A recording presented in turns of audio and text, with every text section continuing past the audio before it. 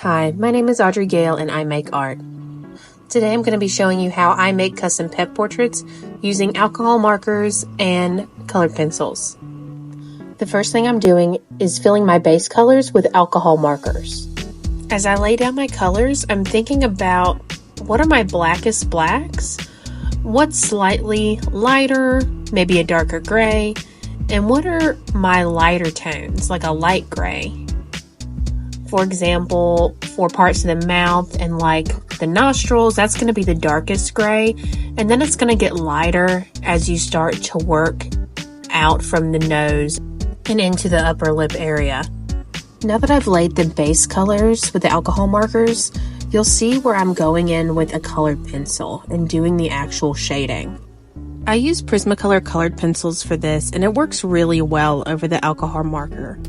The alcohol markers really allow me to establish a base color quickly.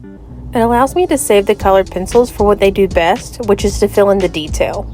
This is especially helpful in these blacker base areas where I'm needing to do white highlights or whiskers or other fur.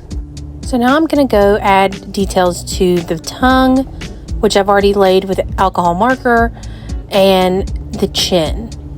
Just a moment ago, you saw that I laid down the base of that very light gray up the middle of the head and around the black nose and mouth area. So now I'm just building up on that base, that light gray base. We're going in with like your tans, some browns, and some blacks to fill in the leftover details, what direction the fur is going in, the little spots that you see around the dog's nose and face. It may seem kind of silly to put these seemingly random dots and lines in the face and the cheeks, but it really does add a lot of detail. Once you get done with the drawing, you really have to trust the process and just draw what you see sometimes. Notice that I did darken the overall shading and tone of the dog's right cheek versus the left side. So now I'm starting on that middle forehead section. I'm building up on that light gray with just ever so slightly darker and darker black tones. You'll see me kind of erase some portions, blend some in with white, and that's the beauty of colored pencils. You can, to a certain extent, lighten it up with erasers if you feel like you made it a little too dark. So I've added my light tan brownish base near the bottom towards the neck and the chin, and I'm going over it with this black colored pencil as well as some white and just my standard blending pencil. I'm really trying to get the direction of the hair as it appears on the reference photo. So you'll notice that towards the mouth, it's more coming out from the center, whereas towards the neck, it's kind of more a side to side direction.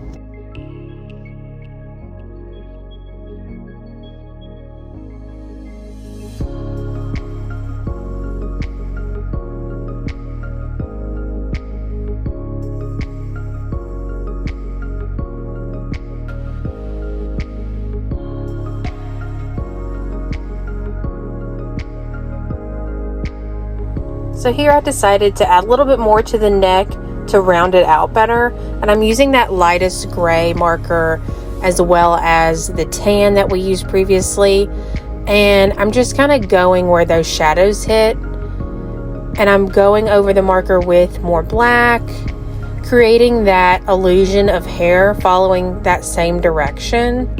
How this drawing turns out is dictated by a few things, one being direction of the fur, obviously the color and the shading that you're doing, but also the negative space that we're using. This is a lighter haired dog, so there is quite a bit of just lighter space that I'm not fully coloring in like I am the other spaces.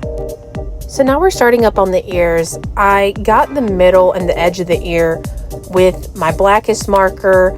I just went over the whole ear entirely with that light tan. And now I'm going to build on top of that with some of my darker browns. If you can't tell by now, as a general rule of thumb, I just go from lightest to darkest. You can always make something darker, but you can't always make something lighter, or at least not as light as you'd like it to be. A good example of this is how you'll see me do that one light shade of black, and then I just did another one slightly darker than that, and then I'm going to go back again just now and do another shade because it just wasn't quite dark enough. I just push that pencil down a little bit farther and farther every time until I get what is closest to my reference photo.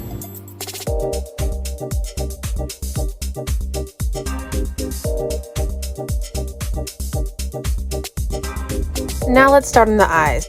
I've laid out the corners of the eyes with black, and then I also did the center with just purely black, which might seem like overkill, but as you can see, I'm going back in with my colored pencil and adding those lighter browns, some white highlights, no problem. You might be starting to notice a pattern with my work. I pick out a section of the portrait, I lay my base with the alcohol marker, which I just did with the tan, and then I'm just going over with the browns and the blacks to add those fine details with the colored pencils. When it comes to drawing or painting, I like to follow 3 simple instructions. 1, focus on one portion of your subject, like the nose or the ear. 2, start from your lightest colors to your darkest colors. Unless you have a predominantly dark portion of the portrait, like the nose or the eye that I just completed. Then you can do a darker base and add lighter and lighter details to it. And 3rd, draw what you see. You really have to let go of the concept of letting your brain decide for you what a subject may or may not look like.